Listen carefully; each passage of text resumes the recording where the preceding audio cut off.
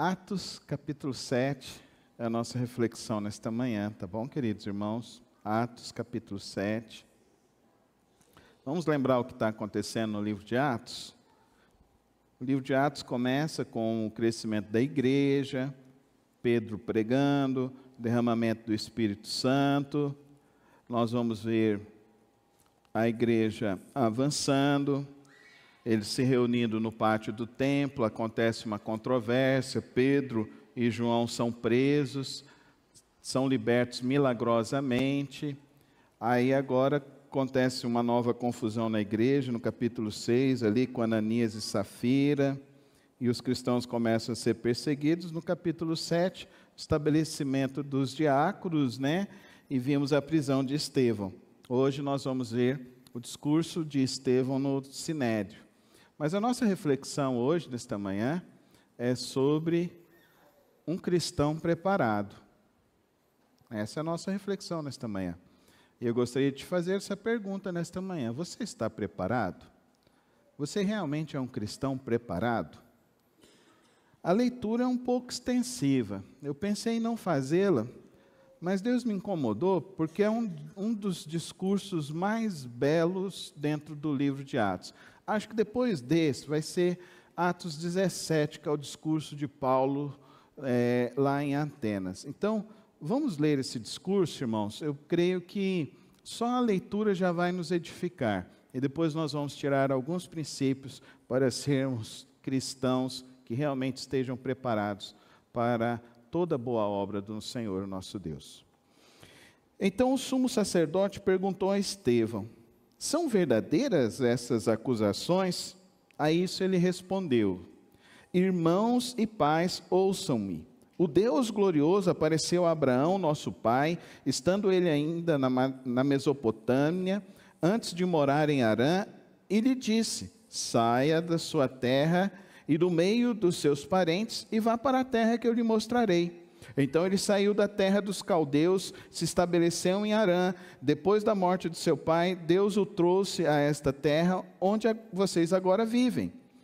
Deus não lhe deu nenhuma herança aqui, nem mesmo o espaço de um pé, mas lhe prometeu que ele e depois dele seus descendentes possuiriam a terra, embora naquele tempo Abraão não tivesse filhos.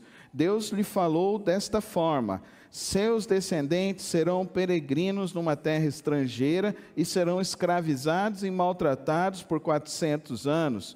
Mas eu castigarei a nação a quem servirão como os escravos, e depois sairão dali e me adorarão neste local. E deu a Abraão a aliança da circuncisão. Por isso Abraão gerou Isaque e o circuncidou 8 dias depois do nascimento.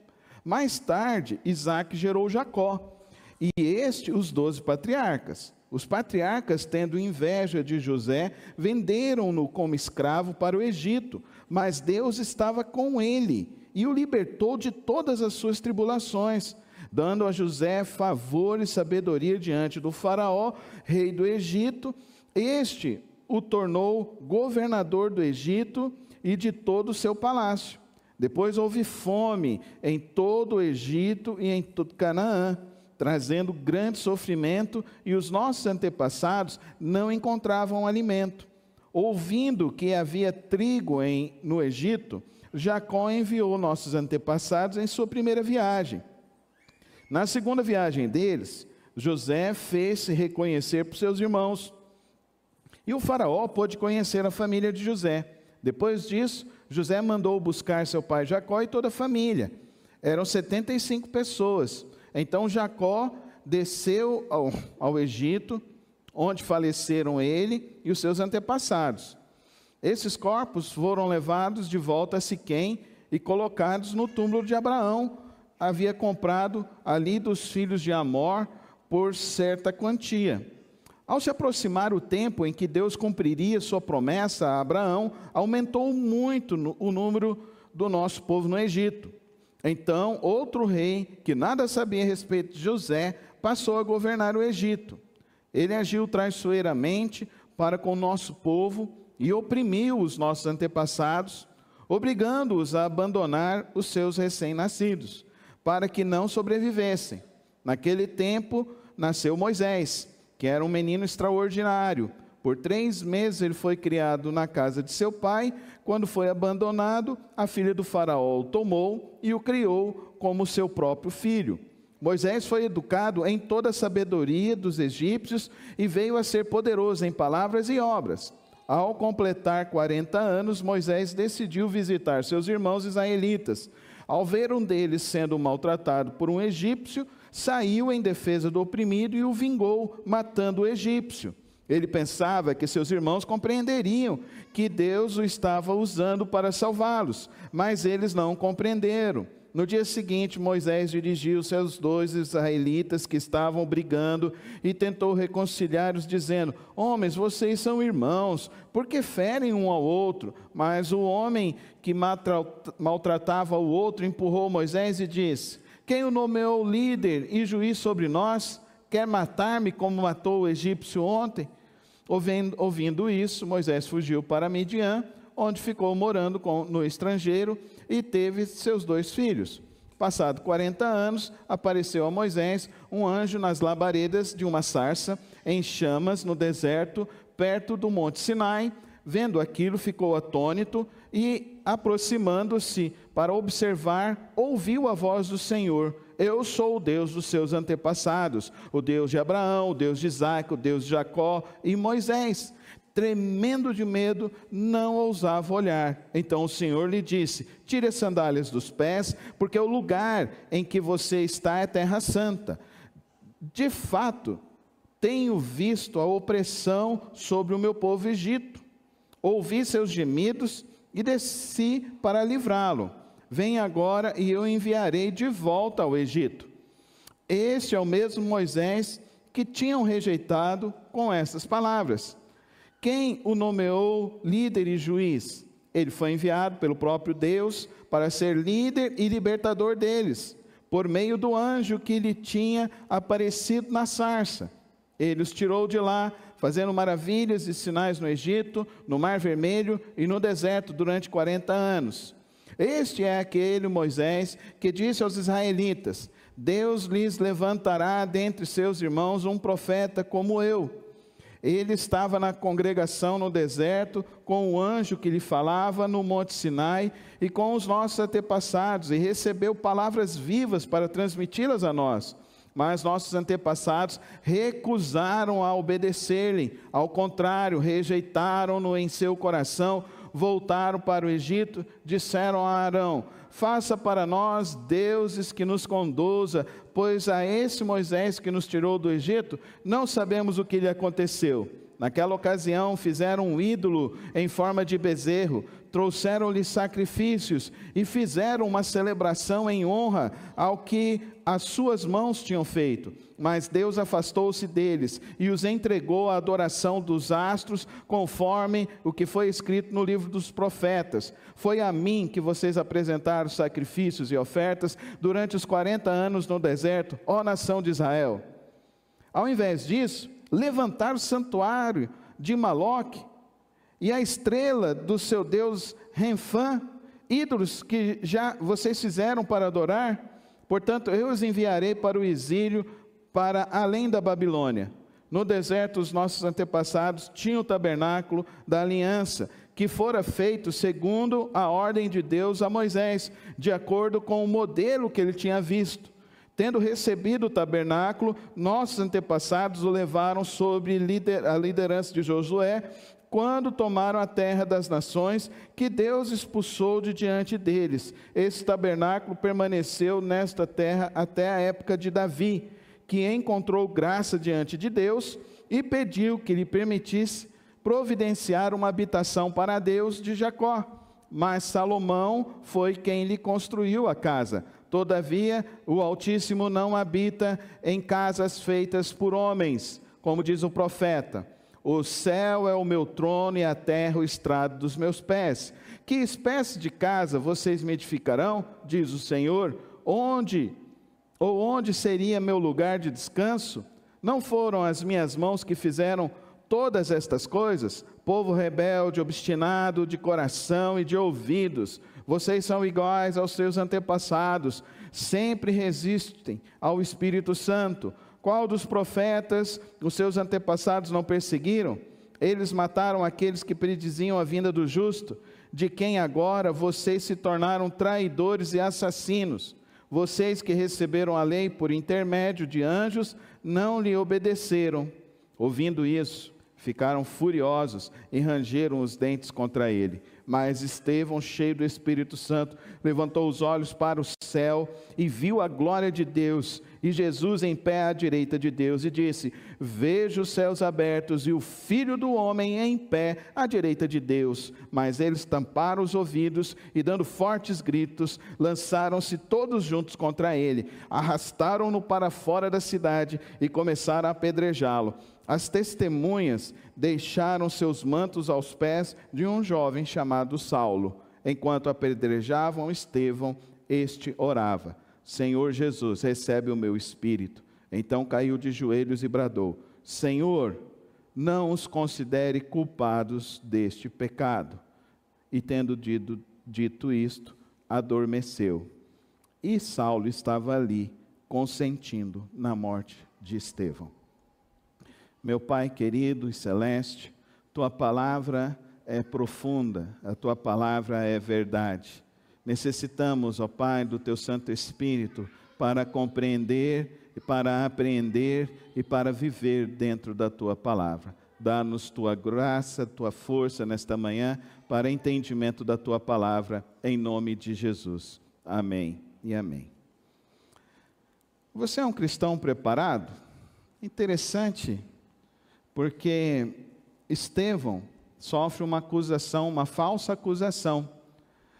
E além de sofrer uma falsa acusação, os líderes do Sinédrio haviam pago os acusadores. Então ele está sofrendo um perjúrio, está sofrendo com falsa acusação. Mas o que Estevão, na sua defesa, vai apresentar? Ele não vai apresentar desculpas para ele próprio. Ele vai apresentar um conhecimento profundo da história de Israel e da palavra do nosso Deus. E esse discurso que ele profere diante do Sinédrio, que era composto de 71 homens, e ele fazia parte desse Sinédrio. Não se esqueçam disso. Eram 71 homens que faziam parte do Sinédrio, Estevão era um deles. E Estevão também foi o primeiro a ser eleito diácono. Estevão, então, ele profere o seu discurso, e dentro do seu discurso ele está falando para israelita, então ele fala de toda a história do povo de Israel. Ele passa pelas personagens mais importantes da história de Israel: Abraão, Jacó, Moisés, José e Moisés. E termina no nosso Senhor Jesus Cristo. E dentro desses personagens, ele destaca o que cada um fez diante da história de Israel. O primeiro deles, ele faz um destaque muito importante, que é Abraão. E nesse destaque que ele mostra, ele traz uma revelação para aqueles homens. Porque aqueles homens, eles estão querendo que Estevão se retratem.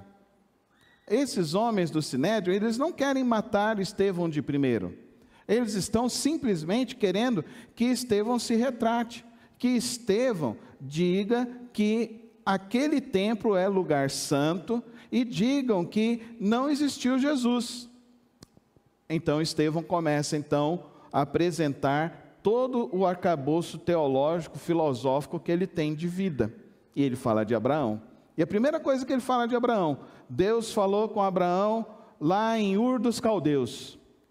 Deus não fala só em um local, Deus fala no local que lhe apraz, basta ele desejar encontrar alguém, e ele vai falar com essa pessoa, e assim foi com Abraão. Ele não falou com Abraão em Israel, ele falou com Abraão em Ur dos Caldeus, ele falou com Abraão lá no Iraque.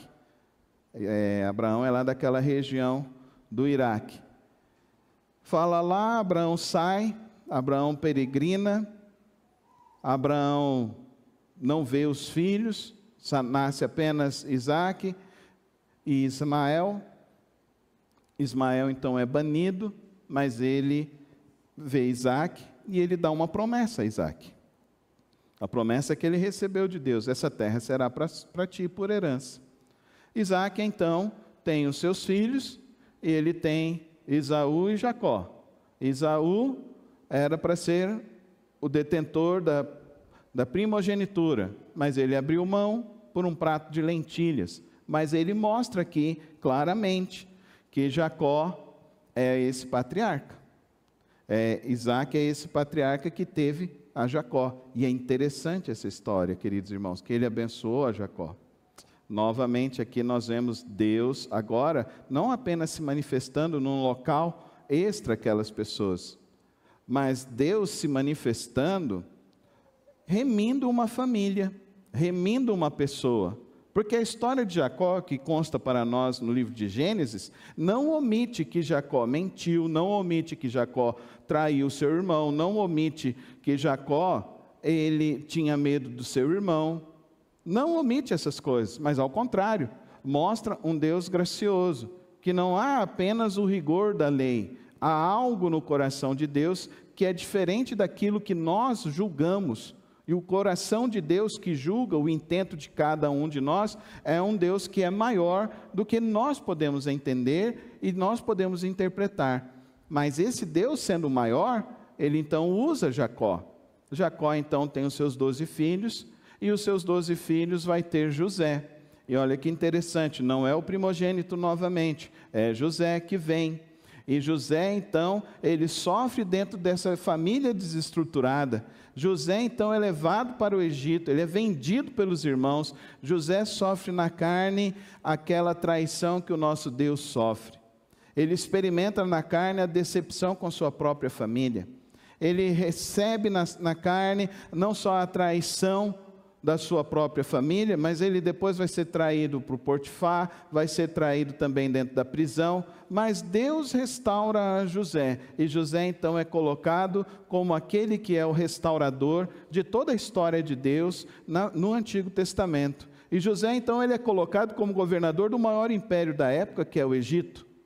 E Deus então está se manifestando novamente. Percebam o que Estevão está dizendo. Deus se manifestou não só em Israel, ele se manifestou lá em Ur dos Caldeus. Deus se manifestou também no Egito. Se manifestou ali no Egito, falou com José. José, ele fez com que o Egito prosperasse de uma forma descomunal. Atingisse o ápice de todo o império egípcio.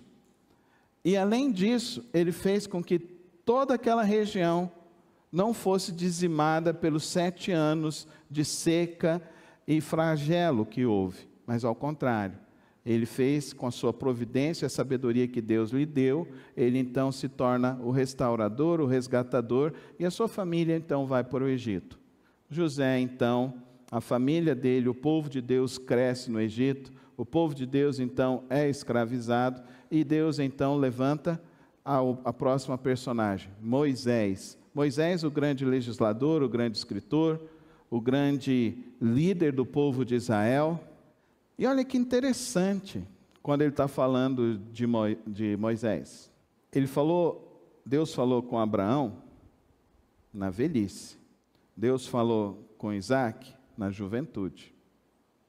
Deus fala com José na juventude. Agora Deus fala com Moisés na velhice. Com 40 anos, Moisés assassina e vai embora, foge.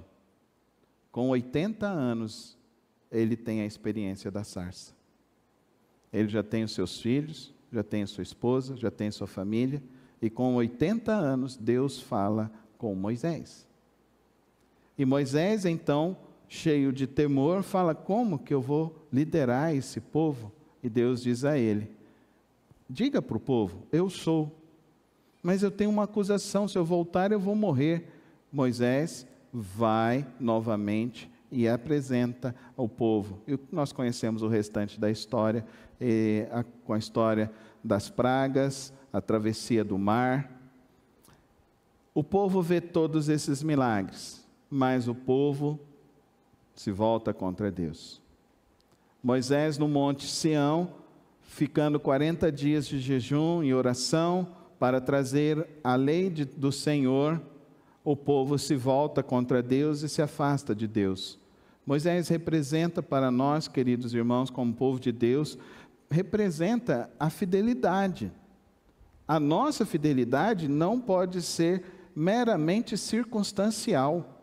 A nossa fidelidade a Deus, ela precisa ser profunda, verdadeira, e ela precisa ter uma disposição em cumprir para a nossa fidelidade para com Deus. Nós precisamos ter essa disposição. É isso que nós estamos vendo aqui com Moisés. E olha que interessante, é Estevão falando na sua defesa. Por enquanto, Estevão não traz nenhum dos argumentos que ele poderia ter trazido. Eu fiquei sabendo que fulano foi e pagou para me acusar, e vocês agora estão fazendo esse teatro aqui, mas Estevão não para aí. Estevão, ao falar de Moisés, ele fala depois de Davi, ele fala depois dos reis, dos profetas, e fala o que o povo de Israel fez com os reis e com os profetas. Eles se afastaram de Deus. E por último, então, Estevão traz no seu último discurso, e é interessante, queridos irmãos, que são 4 versos que ele traz, e eu quero ler esses 4 versos novamente. Versos 51, 52, 53 e 54. Povo rebelde, obstinado de coração e de ouvidos, vocês são iguais aos seus antepassados, sempre resistem ao Espírito Santo. Eixa, já viu aquela expressão? Não coloca fogo no fogueiro para não aumentar o fogo? Ele colocou mais lenha na fogueira, colocou mais lenha. Os homens já estavam bravos com ele, não podiam prender, ele fazia parte do Sinédrio, diferente de quando eles prenderam Pedro. Agora é Estevão, agora eles vão prender. Ele fala isso, ele continua: qual dos profetas os seus antepassados não perseguiram? Mais uma lenha, vocês estão perseguindo. Ele está falando para esse povo: ó, vocês estão com o coração obstinado ou dura cerviz, vocês estão praticando a mesma coisa que seus antepassados praticaram. Observe a leitura. Eles mataram aqueles que prediziam a vinda do justo, de quem agora vocês se tornaram traidores e assassinos. Agora ele não jogou uma lenha, não. Ele jogou um saco de lenha na fogueira, que supitou. Pegou fogo. Já viu isso? Quando faz a fogueira, você joga umas lendas e começa a sair aquelas faíscas assim para cima. Foi isso que ele fez. Continua comigo. Vocês que receberam a lei por intermédio dos anjos, mas não lhe obedeceram. Observa o que acontece no coração desse povo. Olha o resultado do discurso de Estevão. Ouvindo isso, ficaram furiosos e rangeram os dentes contra ele. Sabe aquele negócio que a gente tem? Não, vamos aplacar, vamos colocar panos quentes para resolver. Estevão não é desse método não, irmãos. Estevão, ele está ali, e o texto afirma para nós, verso 55, mas Estevão, cheio do Espírito Santo. Querido irmão, o maior preparo que eu e você precisamos, nesse tempo, como crentes, é ter um conhecimento profundo da palavra de Deus. Não adianta você falar que é um cristão se você não conhece a palavra de Deus, se você não consegue dizer qual é a razão da sua fé. Nós precisamos dar razão à nossa fé, nós precisamos ensinar os nossos filhos a esclarecer em que fé está baseado toda a espiritualidade deles. Nós precisamos ensinar isso. Nós não podemos ser cristão de caixinha de promessa, que só lê a Bíblia lá tirando uma promessa. Cristão, nós não podemos ser esse cristão. Nós precisamos ser o cristão aqui, no caso como Estevão, que lê as partes boas e lê as partes ruins, que conhece as pessoas, conhece aqueles que servem a Deus e percebem se eles são pessoas de caráter ou até mesmo se eles cometeram deslizes. E ele não está passando pano nisso. Ao contrário, ele deixa isso de uma maneira bem clara para essas pessoas. Ele não está com medo do resultado do seu julgamento, porque ele está cheio do Espírito Santo. Então, se nós queremos estar preparados, nós precisamos ter um profundo conhecimento da palavra de Deus. E você só vai ter um profundo conhecimento da palavra de Deus lendo a Bíblia, estudando a palavra de Deus, se aprofundando, cada dia mais. Você tem quanto tempo de igreja? Se você tem mais do que 1 ano de igreja, você já deu tempo para você ler a Bíblia. Já deu tempo para você ler a Bíblia. Se você tem 5 anos na igreja, já deu tempo para você ler 5 vezes a Bíblia. 5 vezes. Tem 10 anos, pelo menos 10 vezes. Qual é o seu exemplo? Qual é o seu exemplo? Ele conhece a Bíblia profundamente, mas ele não está só preparado com isso, ele está cheio do Espírito Santo. Volta comigo lá no capítulo 6. Vamos ver o que eles estão falando novamente do Estevão. Capítulo 6, verso 5. Tal proposta agradou a todos. Então escolheram Estevão, homem cheio de fé e do Espírito Santo. E quem está falando isso agora?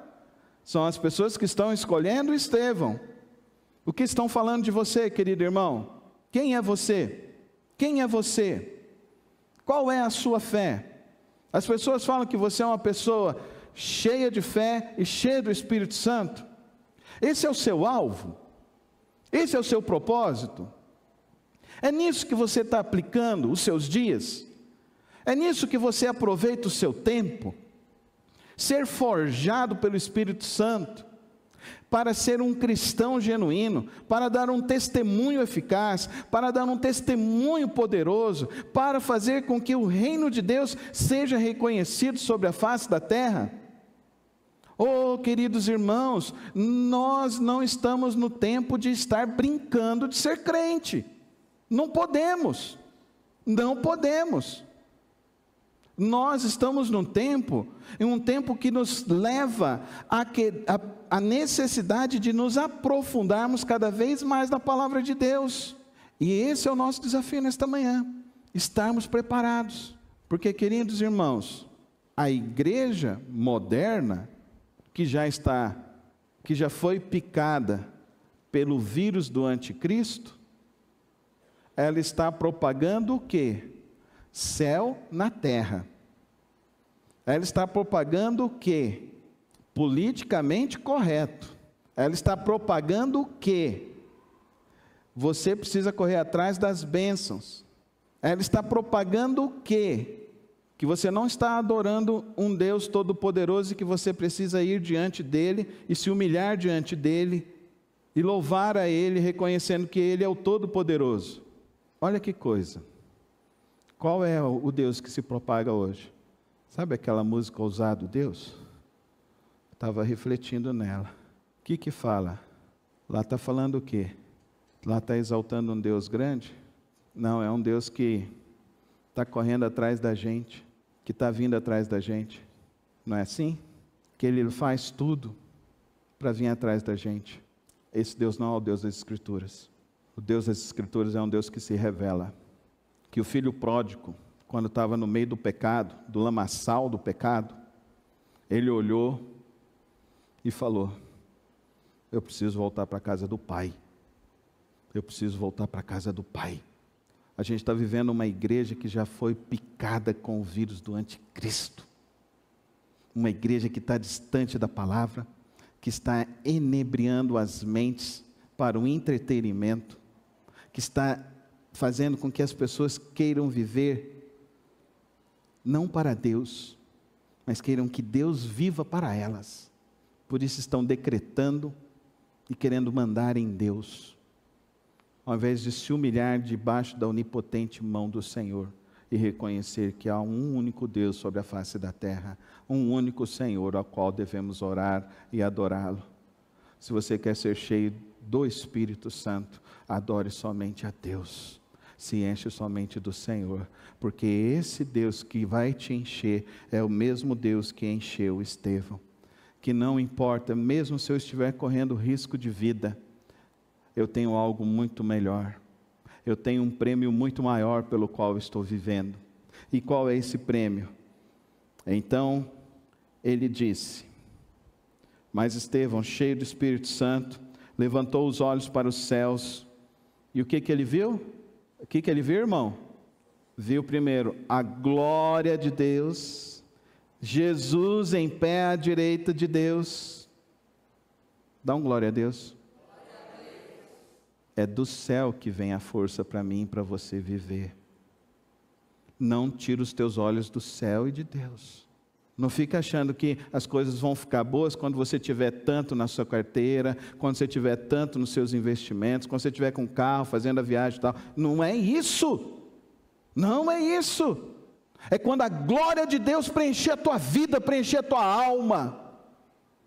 É quando você olhar para o céu e falar, é Jesus o meu Redentor. É Jesus quem me salvou. E não importa. E disse, vejo os céus abertos e o Filho do Homem à direita de Deus. Você já viu Deus, irmão? Você já viu a glória de Deus? Você já sentiu a glória de Deus? Você tem plena convicção do Senhor, o nosso Deus? O que é mais importante na tua vida, irmão? O que é mais importante? A quantidade de curtidas no teu Instagram? Ou ser fiel a Deus até o fim? A glória de Deus é quem vai preencher a alma humana. É o Espírito Santo de Deus agindo em nós, que faz com que nós possamos andar em sintonia à vontade do Pai. E é só por meio da reflexão e da meditação da palavra de Deus, é que nós verdadeiramente estaremos preparados diante desse mundo tão vil e hostil que temos para enfrentar. Uma vez eu estava pregando numa igreja, e quando eu terminei de pregar, o pastor que tinha me convidado, ele falou assim, você deixou o pessoal meio para baixo. Eu falei, mesmo? Porque eu saí cheio da paz de Cristo, porque eu li a Santa Palavra, porque eu refleti sobre a palavra. Você percebe aonde que acontecem as inversões? Uma certa feita, um irmão chegou aqui na igreja e falou assim, pastor, o senhor estava com o chicote pronto. Eu falei assim, não, eu quis abrir a Bíblia e ler a Bíblia. Agora, se você continua sendo o crente infantil, que só quer ler a Bíblia para receber alguma palavra de conforto, se contente com as caixinhas de promessa, se contente com a igreja do anticristo, mas Cristo está voltando. Cristo está voltando. E eu e você precisamos estar preparados para o grande encontro com Cristo, o Rei dos Reis e o Senhor dos Senhores. Estevão estava preparado para o grande encontro com Jesus.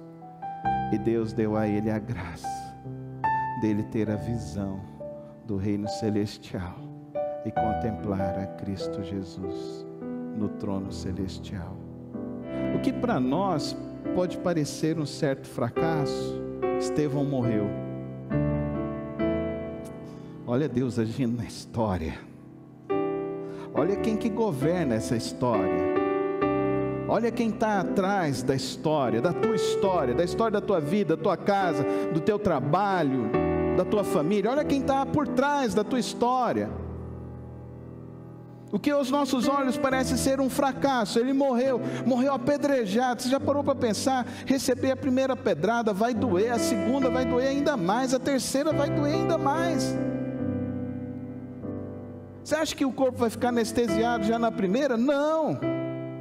Mas ali está um homem preparado, cheio do Espírito Santo, conhecedor da palavra de Deus, que contempla as maravilhas do Senhor. E a oração dele não é oração de raiva, nem de condenação. A oração dele é a oração do Senhor Jesus. Você já aprendeu a oração do Senhor Jesus? Já fez lá no seu trabalho? Pai, perdoa porque eles não sabem o que fazem. Perdoa o meu chefe porque ele não sabe o que está fazendo. Já orou pelo teu vizinho? Perdoa o meu vizinho porque ele não sabe o que está fazendo? Pai, perdoa. Não coloca nenhuma culpa sobre o sangue que está sendo derramado sobre a face da terra hoje. Nenhuma culpa sobre eles. Mas ali está Saulo. E aqui começa uma nova história na igreja. E aos olhos das pessoas ao redor, um fracasso, Deus vai transformar em conversão, libertação. Deus vai transformar e vai estar escolhendo o homem que vai escrever o restante do Novo Testamento, 13 livros. Um homem que vai ter experiências grandes e tremendas com nosso Deus. Eu e você fazemos parte dessa história de Deus. Por isso que para nós cristãos não existe fracasso. Não existe fracasso. Como diz o profeta Jeremias 24, Deus, a promessa dele é verdadeira. Sou eu quem sei os planos que eu tenho para você.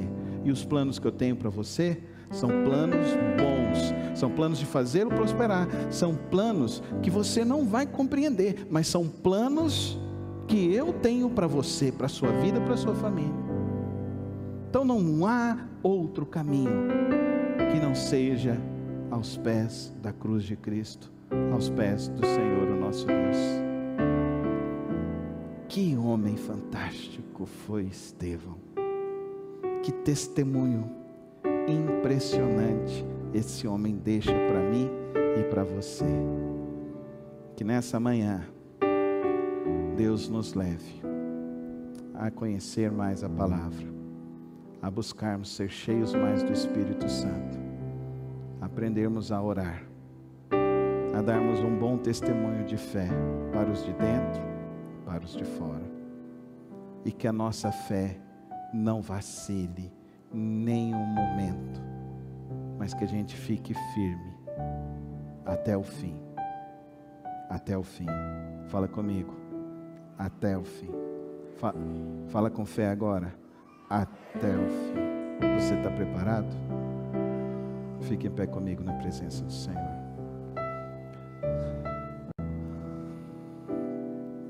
Santo Deus e eterno Pai,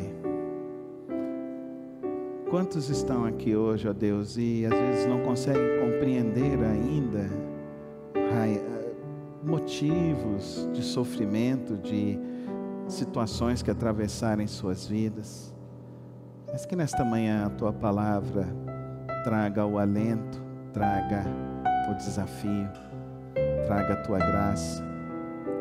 Quantos ainda, Deus, estão adormecidos, que hoje o Senhor possa despertar o Teu povo a Te buscar mais e mais. Quantos ainda, ó Deus, entraram com a fé diminuta, diante de algumas vales e dificuldades que atravessou, que hoje, ó Deus, seja a noite da restauração, que hoje seja o momento do avivamento, do reacender a chama, do momento do Senhor derramar sobre nós este tão Santo Espírito que estava na vida de Estevão, e que nós, ó Deus, possamos deixar esse legado de fé, primeiro para os nossos filhos, para as pessoas que estão ao nosso redor, e todos possam dizer que verdadeiramente nós somos homens e mulheres do Senhor Jesus Cristo. Dá-nos cada dia mais a Tua graça, e que o amor de Deus Pai, a graça do Filho, o nosso Senhor Jesus Cristo, as consolações poderosas do Espírito Santo de Deus estejam sobre sua vida, sobre a sua família, todo o povo de Deus espalhado sobre a face da terra. Que o Senhor te abençoe e te guarde, que o Senhor guarde a tua entrada e a tua saída, que o Senhor renove todos os dias a tua caminhada, e que você tenha sempre a alegria do Santo Espírito de testemunhar da vida eterna, da vida que o Senhor tem te dado todos os dias. Pai, eu te louvo, eu te exalto, eu declaro que Tu és o Rei dos Reis, o Senhor dos Senhores, e porque nós amamos o teu Filho Jesus Cristo e proclamamos: Maranata, ora vem Senhor Jesus. Fala comigo, igreja: Maranata, ora vem Senhor Jesus. Com mais fé, igreja: Maranata, ora vem Senhor Jesus.